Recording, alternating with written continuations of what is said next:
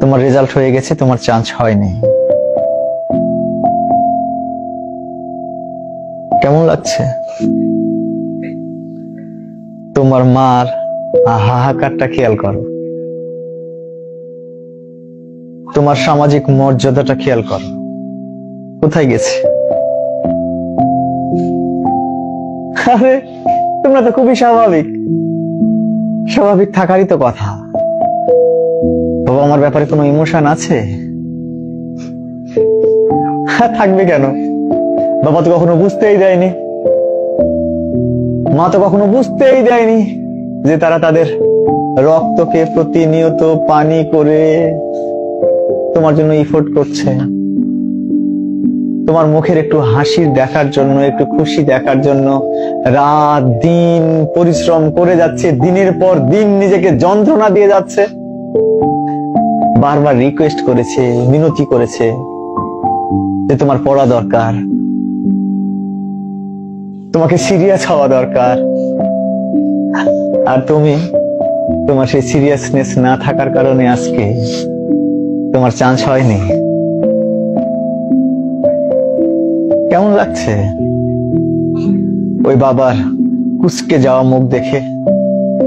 কেমন লাগছে ওই মার দুমড়ে মুচড়ে যাওয়া দেখে? ভালো লাগছে? ভালো তো লাগার কথা। তোমরা তো খুব ইজি, অথচ এই বাবাদের, এই মাদের যদি একদিনের একটু অনুভূতি। গতকাল একজন গল্প করছিল যে একজনকে দেখে 3 তলাতে ইট উঠাচ্ছে একটা ভদ্রলোক, মাথার উপর একটার পর এক ইট নিচ্ছে, যতক্ষণ পর্যন্ত হাত দিয়ে শেষটা ধরা যায়। নিয়ে 3 তলাতে ও 1 ঘন্টা যাবত অপেক্ষা করছে এবং দেখছে এই লোকটা কিভাবে কাজ করে। অনেক কষ্ট করে নিয়ে একে একে এইভাবে উঠছে আবার নামছে ননস্টপ। 2 ঘন্টা পরে যখন লোকটা নামলো, তাকে জিজ্ঞাসা করছে, ও ভাই এত পরিশ্রম করছেন? লোকটা ধুলাবালি মাখা রুমাল দিয়ে, গামছা দিয়ে চোখ মুখ মুছতে মুছতে বলতেছে, ভাই এগুলো করছি আমার ছেলে মেয়ের জন্য, ওরা শহরে আছে, বিশ্ববিদ্যালয়, মেডিকেল, নার্সিং অ্যাডমিশন দেওয়ার জন্য শহরে আছে, ওদের জন্য টাকা জোগান দেওয়ার জন্য। আমার মেয়ে যখন আমাকে বলে যে বাবা আমি খুব সিরিয়াসলি পড়ছি, তখন না আমার এই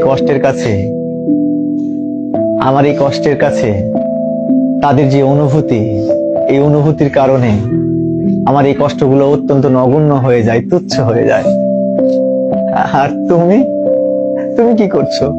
সারাদিন ওরকম পরিশ্রম করবার পর তোমার বাবা 800 থেকে 1000 টাকা পাচ্ছে, আর তোমার মা, আমি আগে বুঝতাম না জানো, আগে জানতাম না, এখন বুঝি। আমার সন্তানটা যখন অসুস্থ হলো, তখন আমি প্রার্থনা করি, ডাক্তারকে দেখাই, ওষুধ খাওয়াই, আর প্রার্থনা করি, আল্লাহ আমার ছেলে তো ছোট ছেলে, তুমি ওকে সুস্থ করে দাও, তুমি ওকে সুস্থ করে দাও। বারবার প্রার্থনা করবার পরেও আমার ছেলে সুস্থ যখন না হয়, তখন প্রার্থনা করি হাত তুলে যে আল্লাহ তুমি আমাকে অসুস্থ বানাও, কিন্তু আমার সন্তানকে সুস্থ করো। বিশ্বাস করো, প্রত্যেকটা বাবা মা সেম। আমি আগে বুঝিনি, আমি যখন বাবা হয়েছি আমি তখন বুঝি যে সন্তানের জন্য মায়ের, বাবার কন্ট্রিবিউশনটা কি। আমি দেখেছি আমার বউকেও একই রকম ভাবে প্রার্থনা করতে। তুমি হয়তো ভাবছো, তুমি হয়তো দেখছো তোমার মা এখন খুব অর্ডিনারি, কিচ্ছু করে না, কিন্তু রান্না তো করছে। তুমি চোখ বন্ধ করে দেখো বুড়ি, তোমার মা ওই আগুনের দিকে চেয়েছে, মনে মনে ওই প্রার্থনাই করছে, আল্লাহ তোমার কাছে যদি বিনিময় লাগে তাহলে এই আগুনে তুমি আমাকে পোড়াও, কিন্তু আমার সন্তানের তুমি ভালো করো, আমার সন্তান যেন খুশি থাকে, ভালো থাকে, যে কাজে তারা আছে সেই কাজের জন্য তারা যেন সফলতা পায়। আর তুমি কি করছো? তুমি এখানে এসে খুবই আরামে আরামে দিন পার করছো তো। ও মেয়ে, তোমার কি বিবেক আছে? তোমার কি বিবেক আছে? তুমি কি একবারও তাদের এই কন্ট্রিবিউশনটাকে সামনে আনতে পেরেছো? কি বাবাকে ফোন দিতে চাইলা না? বাবার হার্ট অ্যাটাক করবে, ওই অনুভূতি তো আছে যে তোমার নিউজ, খারাপ নিউজ পেলে বাবা হার্ট অ্যাটাক করতে পারে। তাহলে কতটা যন্ত্রণা পেলে একটা মানুষ কলাপস করতে পারে, এই অনুভূতি আছে। কিন্তু নিজেকে সিরিয়াস করা যায় না যে 100% আমি আমাকে সম্পৃক্ত রাখলাম, এখন থেকে কোনোভাবেই এলোমেলো ভাবে সময় নষ্ট করব না। আমি নিজে বিশ্বাস করি, খুব করে বিশ্বাস করি, এখানে সবচেয়ে ভালো শিক্ষক দিলেও সব পেপারস গুলো একদম হুবহু করছি এখান থেকে হবে, কোশ্চেন গুলো এই ব্যাপারগুলো ইনশিওর করলেও তুমি মেয়ে, তুমি যদি সিরিয়াস না হও তাহলে তোমার পক্ষে চান্স পাওয়া সম্ভব না। আরে এই পেপারস তো বাইবেল না, কোরআন না যে সব এখান থেকেই সবকিছু হবে। তার মানে আরো অনেক কিছু জানতে হবে, পড়তে হবে। তুমি যদি সিরিয়াস না হও তাহলে পড়াশোনা কিভাবে হবে, কিভাবে সম্ভব? তুমি এখান থেকে বাসায় ফিরছো, বাসায় ফিরবার পরে দেখো রুমমেটরা সবাই মিলে মুভি দেখছে, তোমাকে আহ্বান করলো তুমি আসো মুভি দেখো। আরে তুমি তো সিরিয়াস না, তাই তুমি ওদের সাথে জয়েন করবা। আর যদি সিরিয়াস হতা তাহলে সুন্দর করে ইগনোর করে তুমি বারান্দায় গিয়ে পড়তে বসতে। বারান্দাতেও তারা ডিস্টার্ব করছে আর তুমি সিরিয়াস, তুমি মনে মনে ভাবছো আমি ছাদে গিয়ে পড়বো।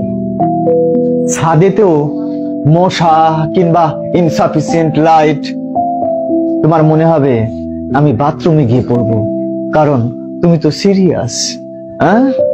এই সিরিয়াসনেসটাকে আছে নিজের মধ্যে, যদি না থেকে থাকে তাহলে মনে রেখো তোমার পক্ষে কোনো অ্যাঙ্গেলে কোনোভাবেই তো চান্স পাওয়া সম্ভব না। অথচ কি মনে করো খুব ডিফিকাল্ট? তোমাদেরই মেয়ে, আমাদের এই কোচিং এরই মেয়ে গত বছর বঙ্গবন্ধুতে 97 পেয়ে ফার্স্ট হয়েছে।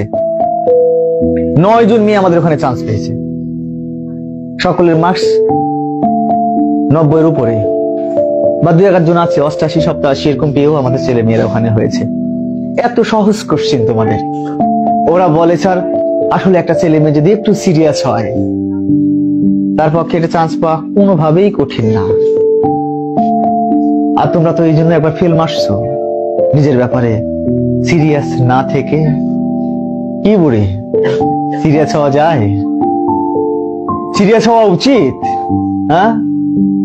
তুমি সিরিয়াস হতে চাও? তুমি সিরিয়াস হতে চাও?